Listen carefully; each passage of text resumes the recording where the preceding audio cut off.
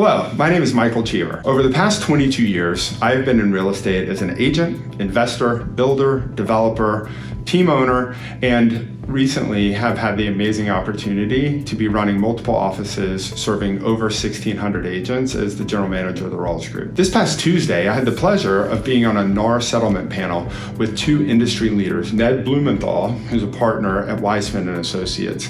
Weissman Associates is on the GAR Forms Committee and is integral in creating our forms here in the state of Georgia. And then Pat Flood, who owns and runs Supreme Lending, which is one of the largest lenders in the Southeast. We opened it up for questions during the final 20 minutes and got over 250 questions in the chat box within just a couple of minutes. What that tells me is that there's a lot of unanswered concerns in our industry about the NAR settlement.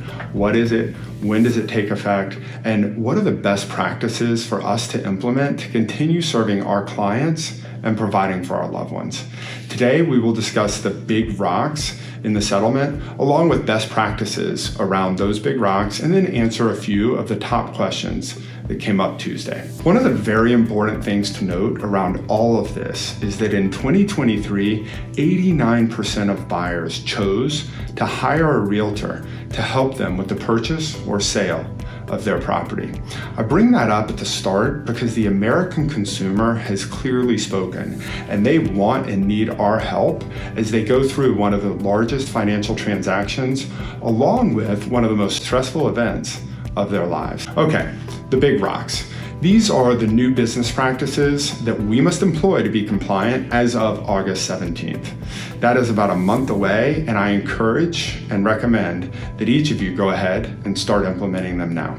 Big rock number one, cooperative compensation will not be posted on listings of any realtor-owned MLS. What is cooperative compensation? Cooperative compensation is a financial incentive offered by a seller and listing broker to a buyer's broker for their efforts in procuring a buyer and then working with that buyer through the process of making an offer until ultimately they purchase and close on the sale of that seller's home. That's cooperative compensation.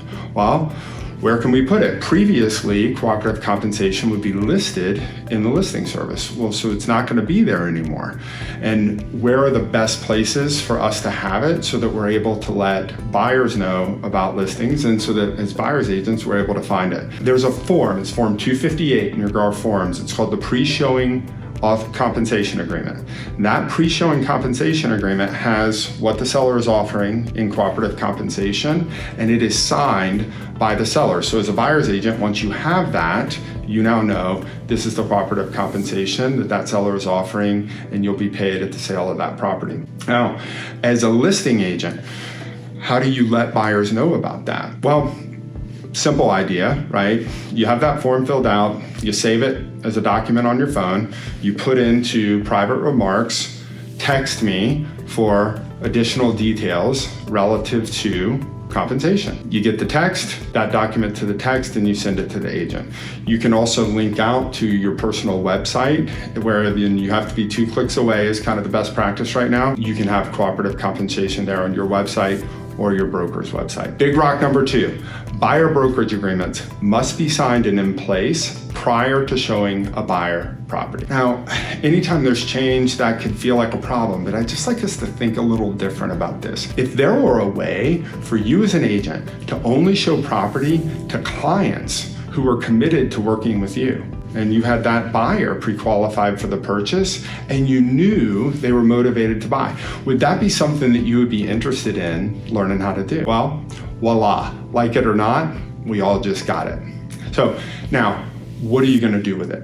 Are you going to take this opportunity to connect at a deeper level with this client? And when I say this opportunity, it's if you have to have this agreement signed, are you going to take the opportunity to have that agreement signed, connect with the client at a deep level, present your value, bring clarity to the overall process, set expectations, and create the foundation for a referral-worthy client experience, or just get a signature?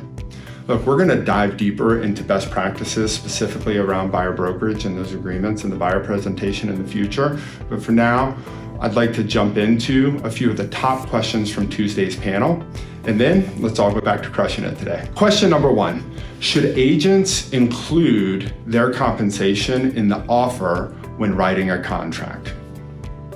I'm going to say, if that's something that you want to do, fine. Just know this, you're not asking for the commission from the listing broker. You're putting into steps, and obviously your client as the buyer is agreeing to this, but you're stepping in that the seller is paying a certain commission amount to you as the buyer's agent. So as an example, seller to pay buyer's broker X% compensation of the total sales price at closing. You can absolutely put it into the offer. There's actually forms now. There's the broker compensation agreement. That's actually an exhibit to the agreement that you could include in an offer as well. Simply, the broker compensation agreement is basically the instructions to the closing attorney. It just has the buyer and the seller and both brokers now sign it. Question number 2. Do you believe that a buyer will be happy to pay for their buyer's agent in addition to all of their other expenses? Down payment, closing costs, lender fees, taxes, insurance, etc. Listen, it's a great question.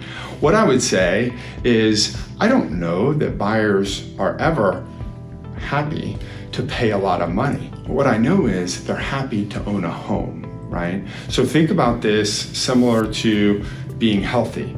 Well, eating healthy, I might not be happy to eat healthy. I might not be happy to work out consistently. However, being fit does make me happier. So just think about this from a standpoint of the buyer, their goal, and what will make them happy is getting the home. And then obviously, as professionals, how are we structuring that deal so that the deal works for them? And so hopefully they're not paying for those fees outside of closing. Next question, can the buyer's agent compensation be posted by the listing agent in showing time? All right, well, what I'll say about this is there's a lot of questions about how to get around cooperative compensation being listed in the listing service. Best practice is to use the pre-showing compensation agreement. Could that be in the additional documents that get auto-emailed when somebody confirms a showing? There's a lot of questions about this. Right now, the idea is no, that's not okay, that it needs to be at least 2 clicks away. Again, you can remove all of that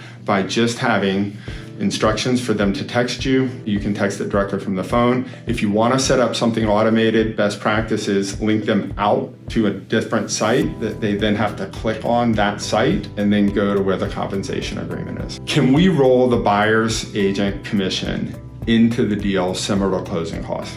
The answer is you can structure an offer any way that a buyer wants you to structure that offer. When you talk to the buyer and you say, here's how we're going to structure this deal, in the event that the seller is offering less in compensation than what you've agreed to with your buyer, and the buyer wants to structure the offer to where all of the compensation that you as the buyer's agent are receiving, then absolutely do that. And there's a number of ways that you can do it. We talked about a couple of them before. You can put it in the steps.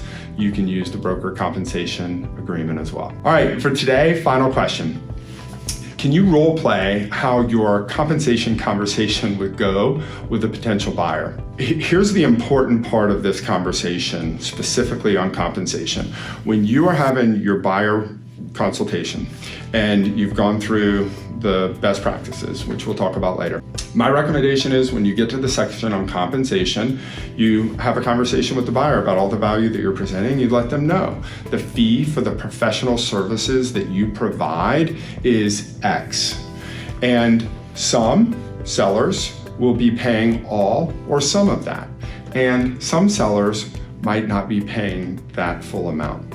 In the event that a seller is not offering my full fee or some percentage of that, we'll have that conversation before you go view that property, and then you can determine how you want to proceed forward from there. Does that make sense? Every buyer, and I've had that basic conversation with every buyer that I've worked with in probably the last decade, every single buyer says yes. And fundamentally, know this, buyers don't expect that you as an agent are working for free. There's valuable services that you're providing, and they expect to pay for those, right? The buyer's paying for basically everything, and we'll talk about that as well. We do have more questions that came up in the panel. So in the next video that we do, I will talk about those, and I would really most like to hear questions from you so that we can answer those. Please put your questions just as comments, then we'll address those top priority in our next video. Crush it, and we'll see you soon.